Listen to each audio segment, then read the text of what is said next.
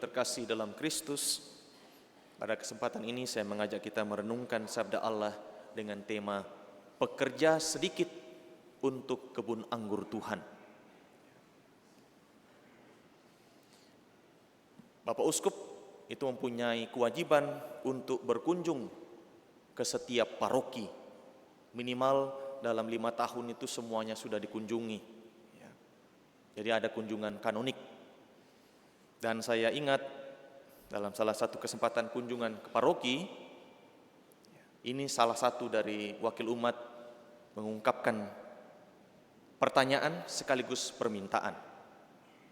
Bapak Uskup, apakah boleh kami mendapatkan tambahan pastor di paroki ini? Mendengar pertanyaan itu, Uskup tidak langsung menjawab, hening sejenak. Kenapa? Karena susah jawabannya.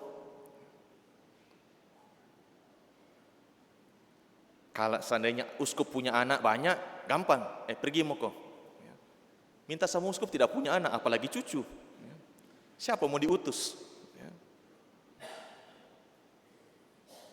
Punya pastor, untuk dapatkan satu pastor saja butuh proses minimal 12 tahun.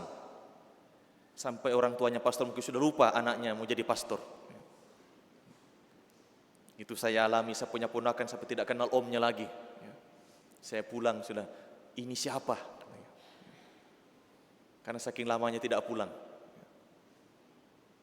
Maka Uskup tidak langsung bisa mengatakan, oh ya besok saya kirim atau bulan depan atau tahun depan. Beliau biasanya kalau Monsinyur Emeritus kita, Monsinyur John Liku, akan mengatakan kepada umat yang menyampaikan pertanyaan dan sekaligus permintaan itu, Bapak Ibu, saya siap mengirim pastor yang terbaik. Silahkan kirim anak-anaknya ke seminari. Mulai umat tolah toleh. Anak siapa yang mau dikirim ini? Karena datangnya imam dari mana? Dari umat. Datangnya pastor yang baik, yang saleh, yang rendah hati, yang suka melayani, yang tidak suka marah, yang suka memberi dan seterusnya. Banyak kualitasnya. Dari mana datangnya? Dari umat. Jangan minta kepada uskup, karena uskup tidak melahirkan satupun imamnya. Apalagi kepada pastor paroki. Maka ini menjadi PR. Dan ini kekurangan yang terus terjadi. Sejak zaman Tuhan Yesus. Ini bayangkan 2000 tahun lalu pun hal yang sama terjadi. Maka Tuhan bersabda, tuaian memang banyak, tetapi pekerjanya yang sedikit kodong. Maka panggilan untuk menjadi pekerja di kebun anggur Tuhan ini memang panggilan yang limited edition, terbatas. Permintaan umat begitu banyak dan umatnya banyak. Nah, di paroki ICC saja ini bandingkan satu pastor melayani berapa umat? Kurang lebih 2000. 1 banding 2000. Maka Pastor Made ini menjadi misionaris lokal. Saya menjadi asisten di sini. Ini waktu hari Minggu belum pelayanan yang lain itu pastor paroki pasti harus mengatur dengan baik.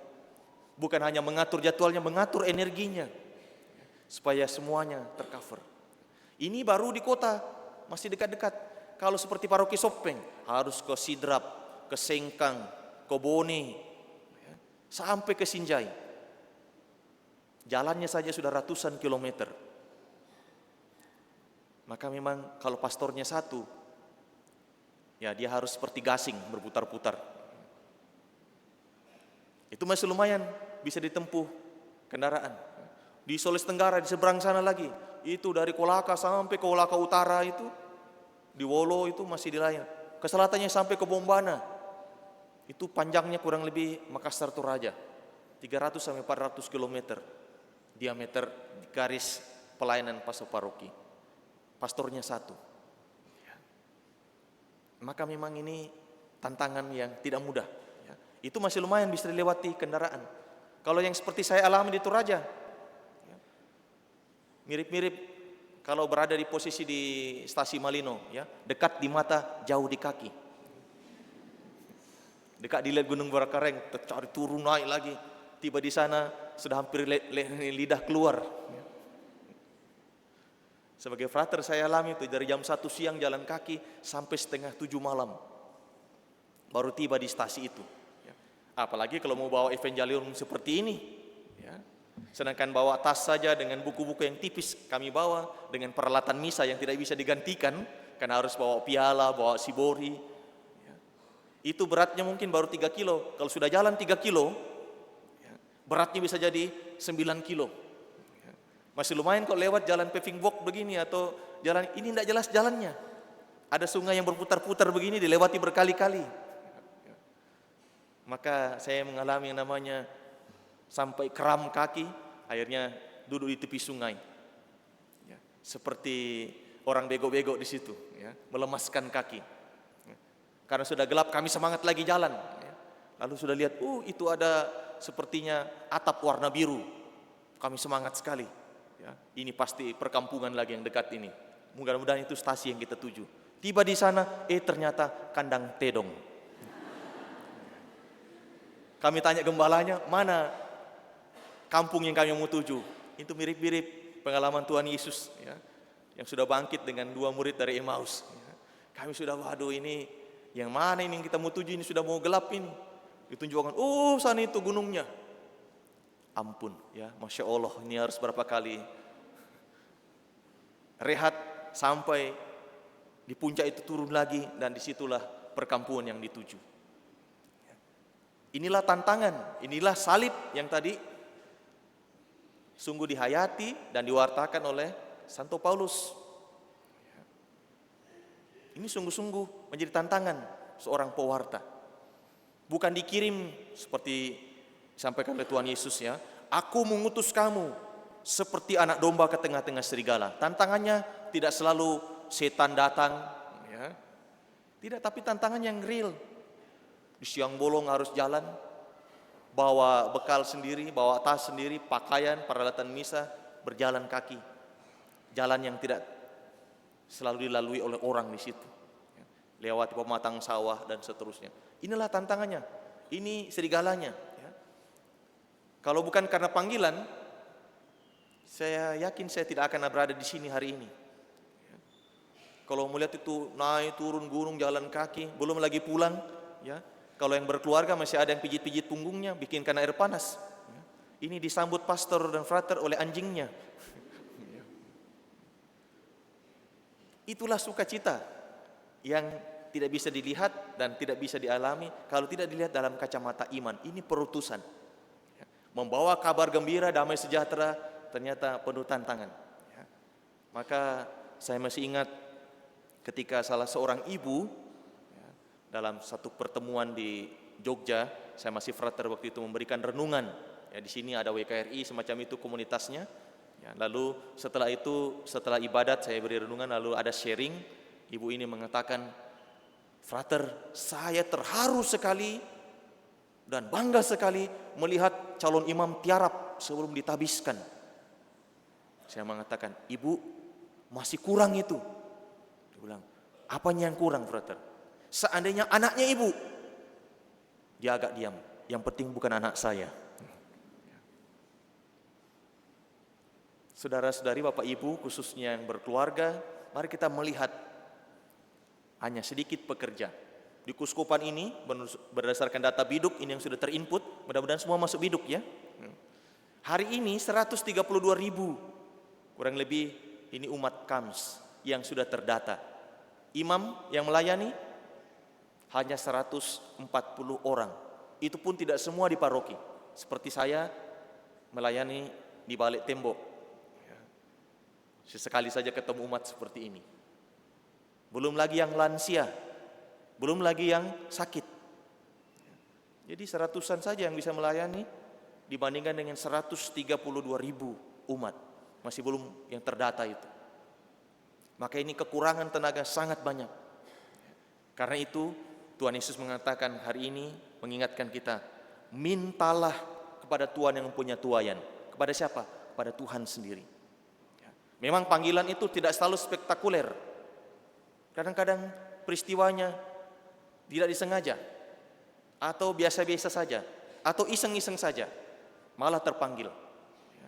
Saya tidak pernah membayangkan akan menjadi imam, karena cita-citanya bukan menjadi imam, tapi kesasar di seminari. Karena tidak lulus SMA Taruna di Magelang. Seandainya lulus, tidak ada yang namanya labelnya Pastor Made. Tapi ini jalan Tuhan.